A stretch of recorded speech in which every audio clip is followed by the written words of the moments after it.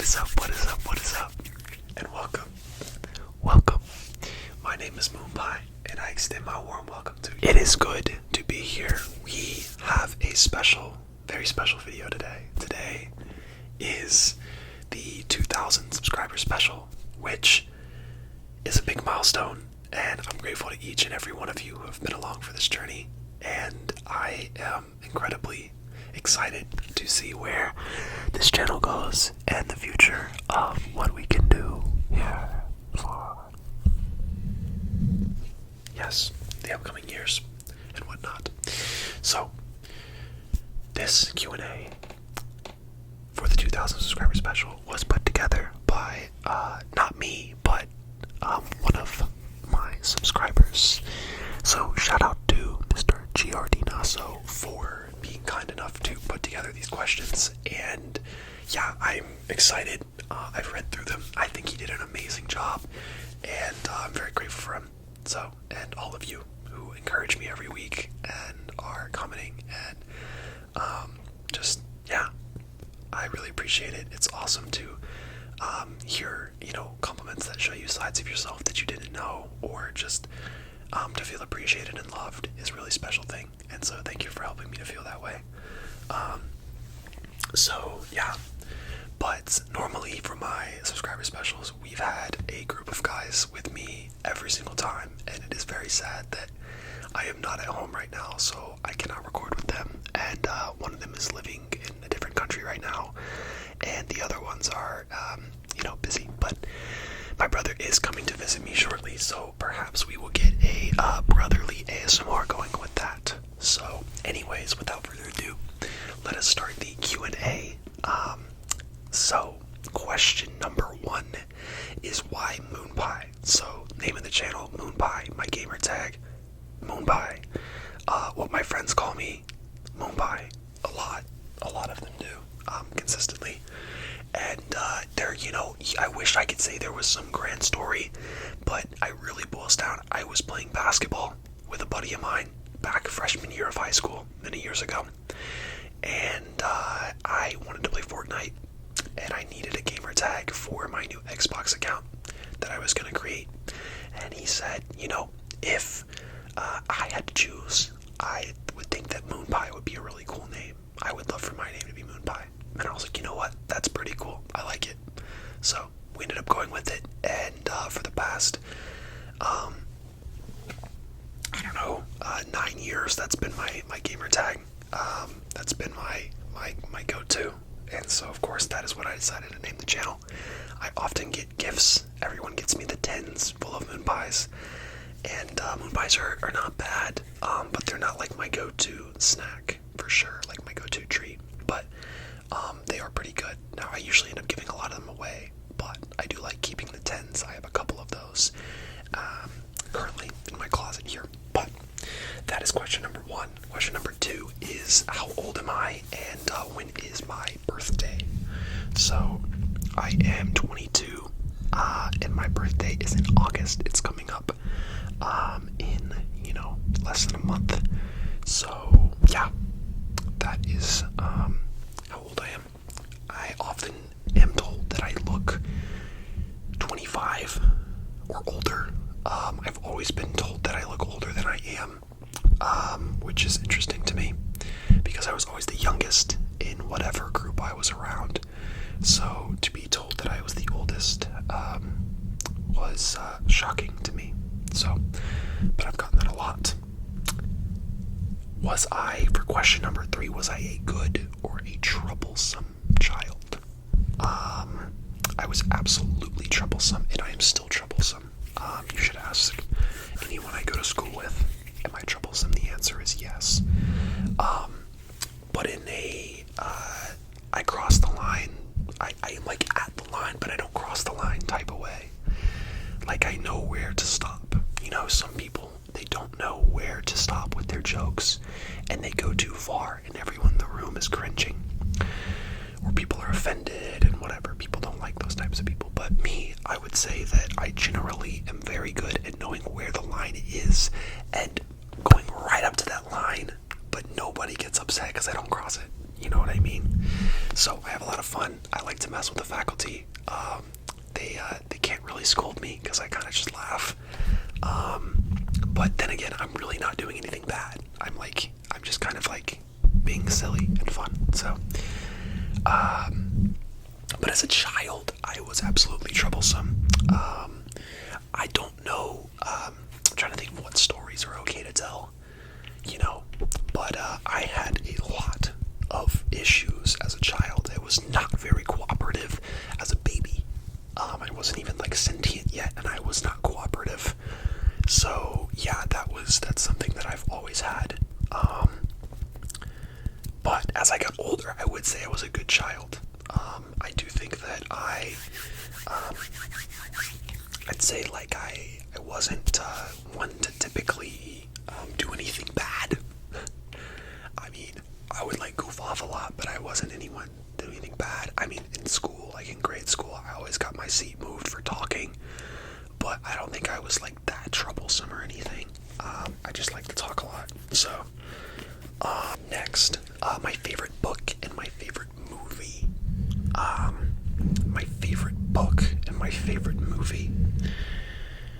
I'm gonna go with, for favorite book, I'm not gonna go with like something that I've read recently, but I'm gonna go with something that's more nostalgic.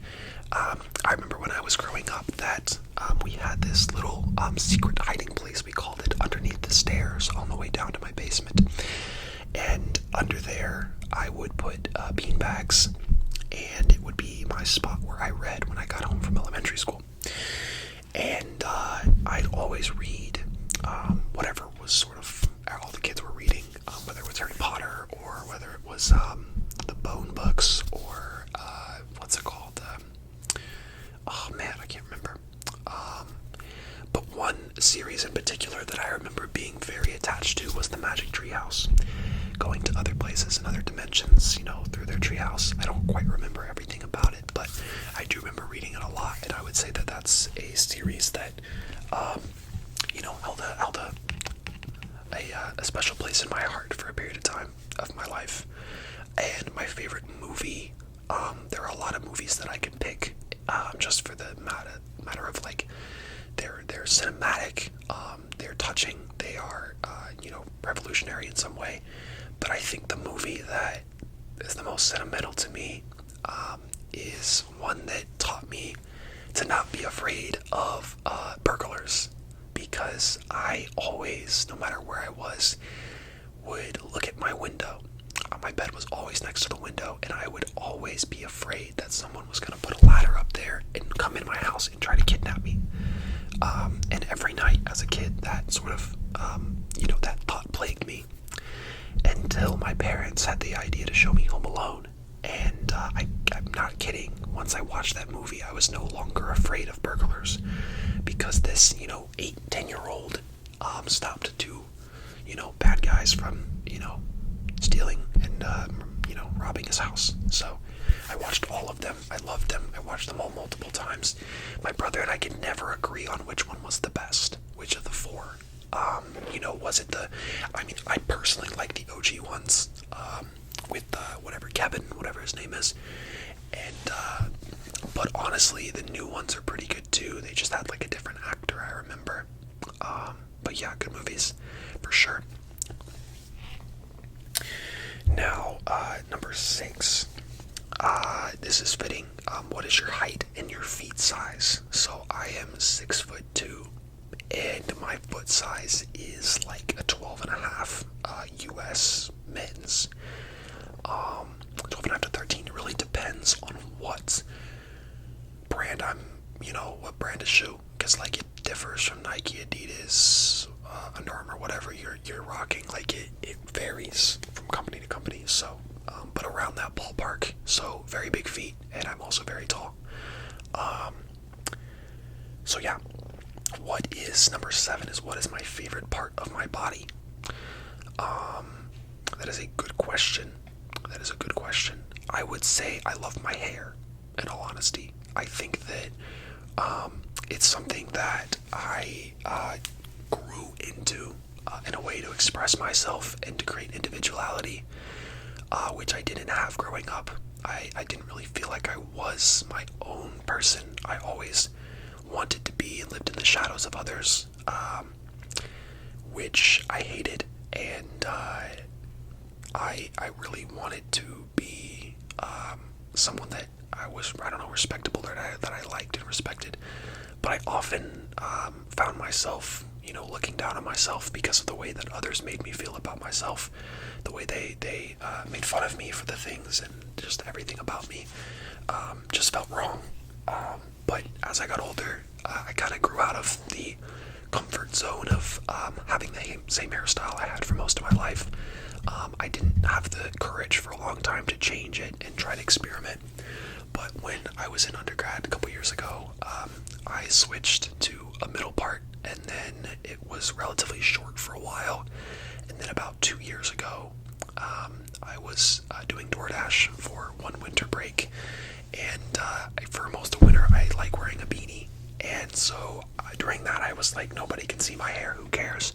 So I grew it out to about this length, actually, for the first time, and I loved it. And it was unique, and I really felt like it fit me. So yeah, I experimented with a lot of different things, and I was really happy that I finally, figured that out. Something that makes me,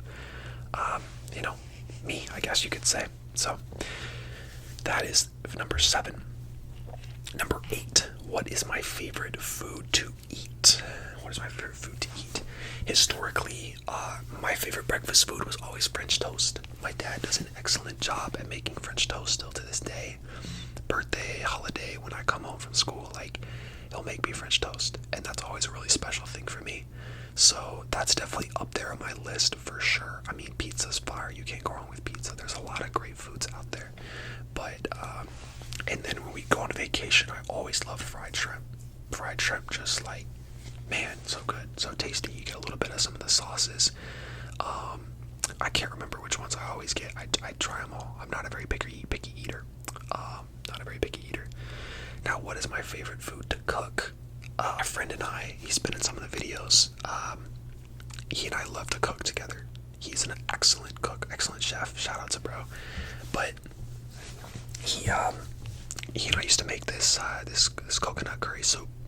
This Thai coconut curry soup. Bro. Unbelievable. We would cook for his entire family, and maybe whatever friends were over. And he was definitely more proficient than I was, but I'd be his little sous chef, chopping things up and whatnot. But man, when we made that, dude, there's nothing tastier, I think, ever that we've made. So cooking that is a big payoff for sure. Big payoff. Might even be my favorite food to eat, realistically. In what part of the U.S. was I born? That is question number 10. I was born in Atlanta, so in Georgia. And what do I love the most about my country? That is a good question. Most about my country. Feeling safe is probably my favorite thing about my country. Blessed and grateful for that. Tell us 3 cities from 3 different countries that you dream of visiting. That's a good question. 3 cities from 3 different countries. I would like to go to Dusseldorf, Germany. That is where my aunt went a lot for a long time and would bring back souvenirs. I don't particularly have too large of a concept of the landscape of that place, but I do remember seeing some photos. But just that place as a whole, I have to see it. It's deeply tied to my childhood and my identity in a way. So I would like to go there. I wouldn't mind going to England, and going to a Tottenham game. That's my favorite soccer team. That'd be super cool to go and do. And then lastly, a third place I'd like to go to. I feel like everybody wants to go to Japan. So I'll go to Japan. I don't know a ton of cities, Tokyo. Is that a city? Probably. But yeah, I'll go to Tokyo. So anyways, next question. When I go away from my city, what do I miss the most? That could be an animal or it could be people. What do I miss the most? I miss it's the familiar sights that ground me in an identity that can only be understood and remembered from that place, if you know what I mean. Your environment shapes you in a way, and your environment is also a reminder. And I feel like being in a certain place changes the way that you think, changes the way that you live. It's the way that when you go back to a place you used to be in, you'll fall back into old habits, good or bad. You'll be reminded of things. I feel like there's things that I only remember and can realize when I'm there. I feel like missing that environment is a huge thing. I think that's what I miss the most. I miss my family and my pets a lot too, but I think like ultimately what I miss the most, I find myself missing the most, is that. Because I feel like I can always see, my pets and stuff again, and I can call my family and stuff like that and talk to them, or they can come visit me. But what I won't be able to access is the memories that are inside of just being able to see and experience and be in places that I grew up in, and that I lived most of my life in. That's something big to me. So anyways, how many languages? This is question number 15. We're gonna do 25 in this video, and then we're gonna do a part 2 with another 25. So we have 50 in total. How many languages do you speak? What language would you like to learn? So that is a good question. I'm not very interesting in this category. I can speak English. And I know a little Spanish because I learned it in school when I was younger, but I don't know enough. Like, I remember a lot of what I learned, but I don't know enough to like hold a complete conversation with somebody. But if you were talking, I probably could pick out a few words that you're saying, but I don't know. I'm not nowhere near proficient or fluent. And then my party trick is that I can count to 21 in German.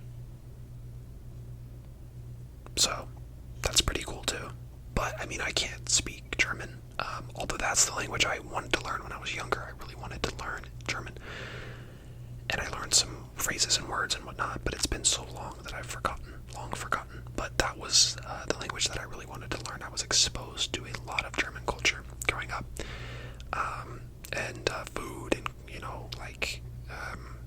just a lot of stuff from my aunt and my family. So that is where I wanted to take my language interests, and maybe someday I would learn it. Question number 16 is, what is one of your guilty pleasures? Eating pizza every day of the week is my guilty pleasure. The fact that I can, knowing that I can, and absolutely nothing will happen to me, at least in terms of my weight and how I look physically. 17, do you feel lonely very often? That is a good question. That's a deep one. No, not often. Right now, at times in my life, for sure, I felt lonely at times in my life. And you can be lonely, you can be lonely for many different reasons. You can be lonely out of just lack of people in your life. You can be lonely out of, missing one person or certain people. You can be lonely because you feel like you're misunderstood. You feel like no one in your life understands you. Maybe no one understands what you're going through. That one has led to more loneliness for me than the lack of available people in my life. I've never really felt, now, COVID is crazy topic, but that I felt lonely during that. But in some ways not as well. I still was connecting with friends and stuff like that, but I definitely longed for some form of connection a lot of times during that. And I'm sure I was quite lonely at times. But my most recent type of loneliness that I remember experiencing a lot within the last couple years was feeling, I struggled a lot with, I had really bad anxiety for a while, and really bad insomnia, and I was really good at masking. I was really good at managing And my anxiety was bad because my insomnia was bad, which made my insomnia worse. And then I was so anxious that I didn't want to speak to people because I felt like I would say something stupid, and often it would be amplified by the fact that I wasn't sleeping well. So basically, if I, said something that normally I would have been able to see and say, hey, you know what, that really wasn't that bad. I just made a minor mistake or something like that. But when I was struggling to sleep and stuff, everything felt like the biggest deal in the world. And so I just opted to be by myself. But that led to me feeling very alone in what I was going through. And it was something that I struggled to figure out for a long time. And so I felt very lonely during that time. Definitely very lonely. Very helpless at times. I never really acted helpless, I wouldn't say. I always fought and continued moving, even if I gave up at times. But yeah, definitely felt lonely for that period of time, for sure. What is something that someone needs to be considered your friend? I feel like I've been a little more lenient on this than I would like to. Just because you're influenced so much by your friends, like, it's crazy. But realistically, a good heart, and actions to back that up, is a big one. Somebody who cares about other people, and actually cares about other people. They aren't just good at socializing. You know what I mean? And you can tell when somebody has a good heart and is willing to put other people first sometimes. Not that they need to do it all the time, but I really do think that loyalty is important too, and trust is probably the number one. Just being able to trust somebody. So it just depends. I wouldn't say that someone's lifestyle has to 100% align with mine, but in order to be friends with me, I think it's definitely a combination of things. Can I trust you? Can I rely on you? Can I grow with you? Can I learn from you? That's also one I really like. I like to be able to learn from people, and having someone who's more skilled than me in a certain area is a huge benefit. I can learn from them, and then I can teach them in areas too. But if a friendship has to feel like I'm someone's babysitter, that's a harder one to maintain. Not that it's impossible, but sometimes I can feel like my friends' therapists, which personally I enjoy. But it's not as helpful for me to grow in terms of that. So yeah, I prefer to find people who are ambitious in the ways that I am and stuff like that. But this doesn't apply as much to people I've been friends with for a long time. You know what I mean? Like, this is if I wanted to make new friends, I would be more picky. But with my friends I've had for most of my life, I love them to death, and I'm not as quick to judge. Loyal to friends that I've had for a long time, and those that I've been through a lot with. So, what moment of your childhood is most vivid in your memory? When I was very young, about 2.5 years old, my brother was being born. And at this age, I'm not sure if you typically remember things, but this one was kind of scary, so I remember it quite well. Scary for me as a kid. So my aunt is lovely, but she is not the best with kids. So essentially she was to watch me while my mom was giving birth, and my dad obviously was at the hospital too. And I was supposed to be napping. And instead of napping, I didn't want to nap. So I found something in my room to play with. And every time my aunt came to my room, I was playing with something. And every time she came to my room, she put that thing in the hallway.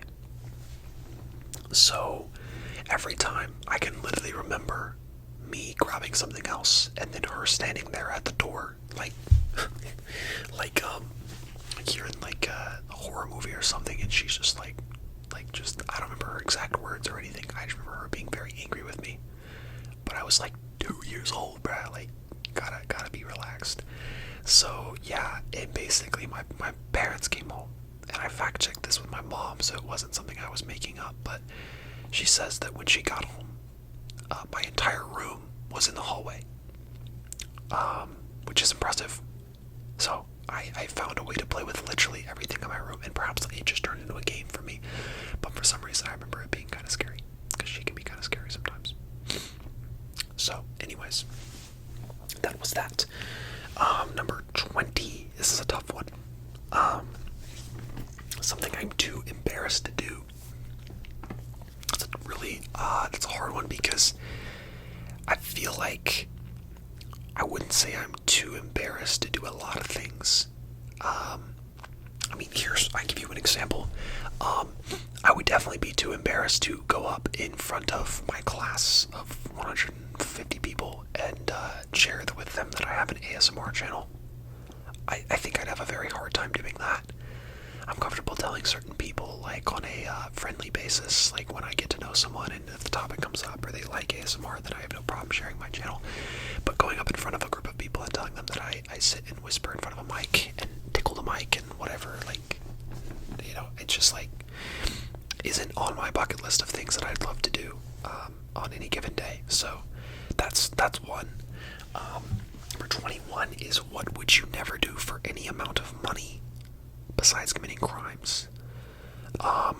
Sell out my brethren. I would never sell out my brethren for any amount of money.